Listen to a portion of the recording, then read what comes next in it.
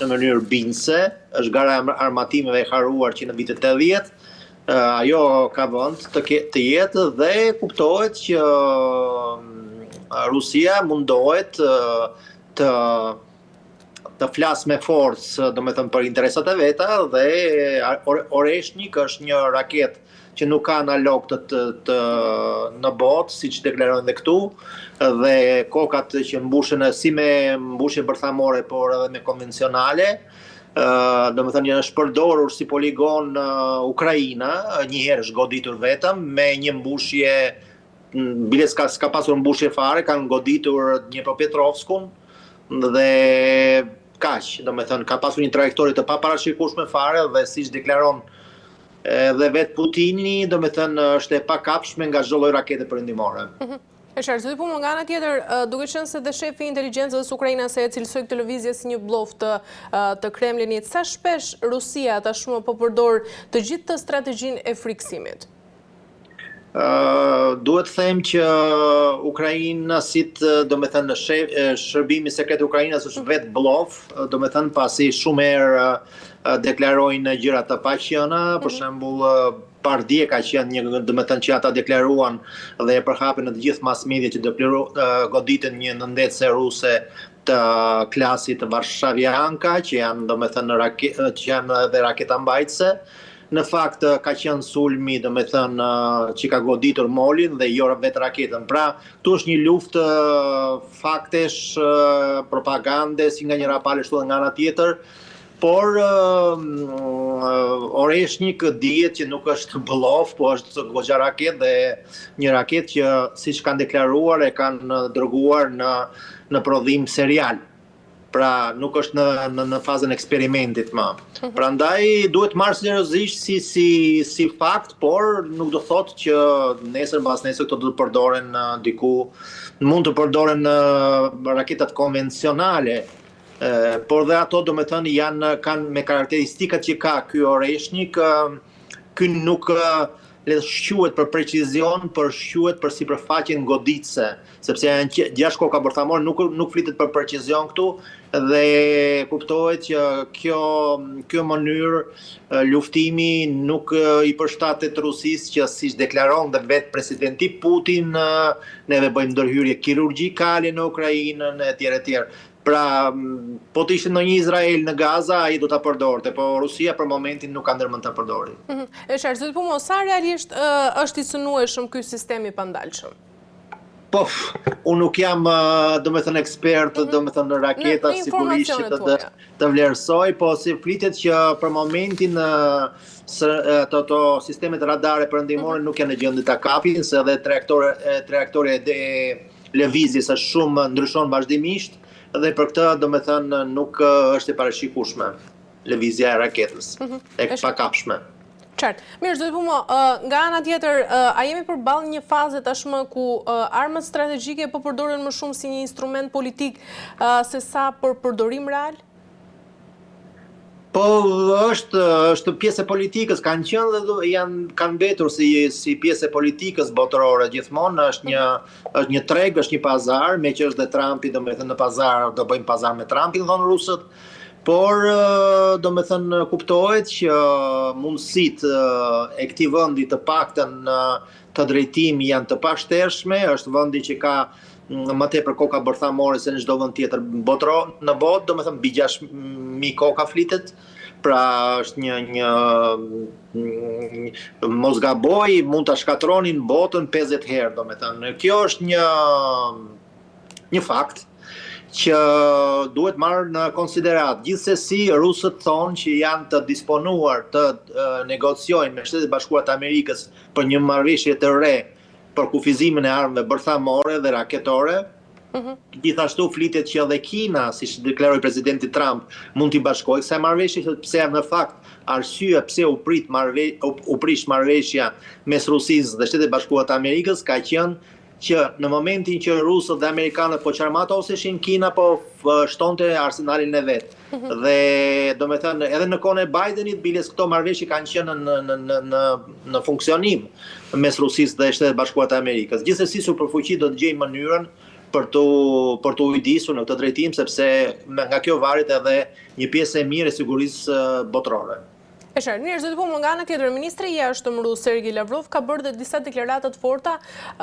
duke akuzuar kështu kryeështetet europiane se po punojnë kundër Shteteve të Bashkuara në përpjekjet e tyre për të arritur një marrëveshje për Ukrainën. Sa e bazuar është kjo deklaratë dhe cilat janë dhe interesat strategjike të Europës që mund të shpjegojnë të gjithë të sjellje? Pavarësisht nga, atë që çfarë përfaqëson Lavrov, atë që vërejtje që ai bëri dhe indikimet që ai bëri janë të logjikshme sipas logjikës së Kremlinit dhe në gjitha momentet kur presidenti Trump dilte me iniciativa për paqen në Ukrainë, gjithmonë vendet perëndimore, sidomos Treshja e Madhe ashtu i quajtur, pra Britania e Madhe, Gjermania dhe Franca, gjithmonë bënin kundër propozime që e sheshonin këtë përpjekje të Trumpit dhe paqja nuk arrijej vazhdimisht kjo gjë. Për këtë arsye, kohët e fundit dhe Witkoff më saktë është munduar që të mënjanoj nga njëra, një implementim të madh të vendeve perëndimore në procesin e paqes. Kuptohet që perëndimorët nuk janë në asnjë lloj mënyre dakord, sepse po duket sikur ka një frymë të një jalte dy, ku mund të bien në ujdi rusët, amerikanët dhe kinezët, mbas edhe indianët, por Europa është lënë më një anë, pasi Europa dhe në të kaluarën në fakt ka qenë një vend me politikë vasale ndaj Shteteve të Bashkuara të Amerikës dhe në një moment të caktuar kanë qenë ata që kanë qenë luftënëzitës. Le të kujtojmë inkursionin e Johnsonit në Kiev, kur lufta mund të mbaronte brenda 2 javësh pasi filloi. Por ata i inkurajuan Zelenskin për të vazhduar më tej dhe nëse atëherë do të ndalojë lufta, Ukraina nuk do të humbte kaq shumë territori sa po humbet në këtë moment. E qartë. Zoti punë, nga ana tjetër, Lavrov përmendi Berlinin, Londrën dhe Parisin dhe vendet baltike këtu si aktor kryesor. Cilat janë të gjitha motivet kryesore të vendeve për të ndjekur edhe një politikë të pavarur ndaj të gjithë krizës ukrainase? Po, këto vende të përmendura kanë qenë historikisht, kanë pasur probleme me Rusinë, nganjëherë kanë sulmuar ata, nganjëherë kanë sulmuar Rusia. Mos harrojmë që edhe Polonia ka sulmuar Rusinë në mesijet e tjera dhe që janë dhe fillon armiqësie, le të themi. Dhe sigurisht që është dhe feja që ndikon, sepse janë popull slav, por me që ta janë ortodoks ata katolik, edhe kjo ndoshta ndikon edhe në mentalitet, por edhe biles në Rusi tregojnë dhe një anekdotë mund të jetë trisht, por që është edhe një farë mënyrë e realitet. Kur dy UFO bisedojnë me njëri tjetrin dhe thonë që po mërzitemi pak, tha, çfarë të bëjmë, tha, të bëjmë në një luftë në botë organizojmë, po këtë sulmojmë, tha, po si ç'është kjo pyetje, sigurisht që të Poloninë, tha. Kështu që, pra, dua të them që vendet baltike dhe Polonia kanë një eksperiencë të hidhur në marrëdhëniet me Rusinë, edhe në të shkuarën, dhe prandaj tashmë ata janë të irrituara dhe janë nga vendet që janë më pak me kompromis, kashi Rusisë. Rusia ka të qartë që në këto vende është siç deklarojnë në Kremlin. Rusofobia është maksimale, prandaj preferojnë që të kenë punë dhe të zgjidhin të bëjnë ujdi me Shtetet e Bashkuara të Amerikës, që sipas edhe Lavrovit ka deklaruar që është i vetmi udhëheqës në perëndim që është qasur maksimalisht dhe po mundohet të kuptoj aspiratat e Rusisë. Qartë, zoti punë, nga ana tjetër, të gjitha këto deklarata tensionuese të Rusisë, si mund të ndikojnë në dialogun midis SBA-s edhe Europës për të gjetur një zgjidhje këtu për Ukrainën? Po, me sa kuptoj unë, ka ngelur tashti shara në gosh për sa i përket territoreve dhe sidomos atë pjesës e Donbasit që ka ngelur pa u marrë. Është një 19% e territorit të Donbasit që ka ngelur, të edhe 1% tashmë është marrë për rusëve dhe me sa dihet Zelenski ka refuzuar këtë, dhe amerikanët kanë insistuar me forcë që Zelenski ta pranonte. Nga ana tjetër, sikur janë bërë lëshime, po këto janë bërë lëshime, edhe këtu i komentojnë që janë sikur janë për sy e faqe, që në fakt nuk ndryshojnë shumë atë fatin e bisedimeve. dhe tashti flitet që dhe Britania e Madhe ka ndryshuar pak taktikën, në qoftë se më përpara Starmer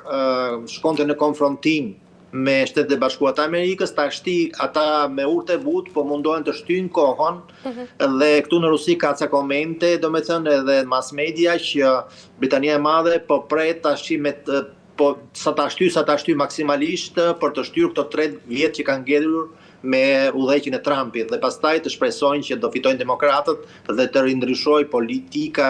e Shtetet e Bashkuara të Amerikës në karshi Europës. E qartë, zoti Pumë, nga ana tjetër në këtë kuadër, cilat janë edhe mundësitë reale për një koordinim transatlantik, të cilat mund të jenë dhe efektive për zgjedhjen e të gjithë krizës ukrainase, por këtu duke marrë parasysh edhe dallimet e interesave midis Washingtonit edhe kryeshteteve europiane. Po, këtu është sidomos për punën e aseteve të bllokuara, të ngrira tashmë, domethënë që është një shkelje, siç deklarojnë dhe vetë belgët për shembull, që është një shkelje flagrante e drejtës ndërkombëtare dhe biles edhe në kohën kur Gjermania naziste sulmonte vendet e Europës, asetet e Gjermanisë kanë qenë të ngrira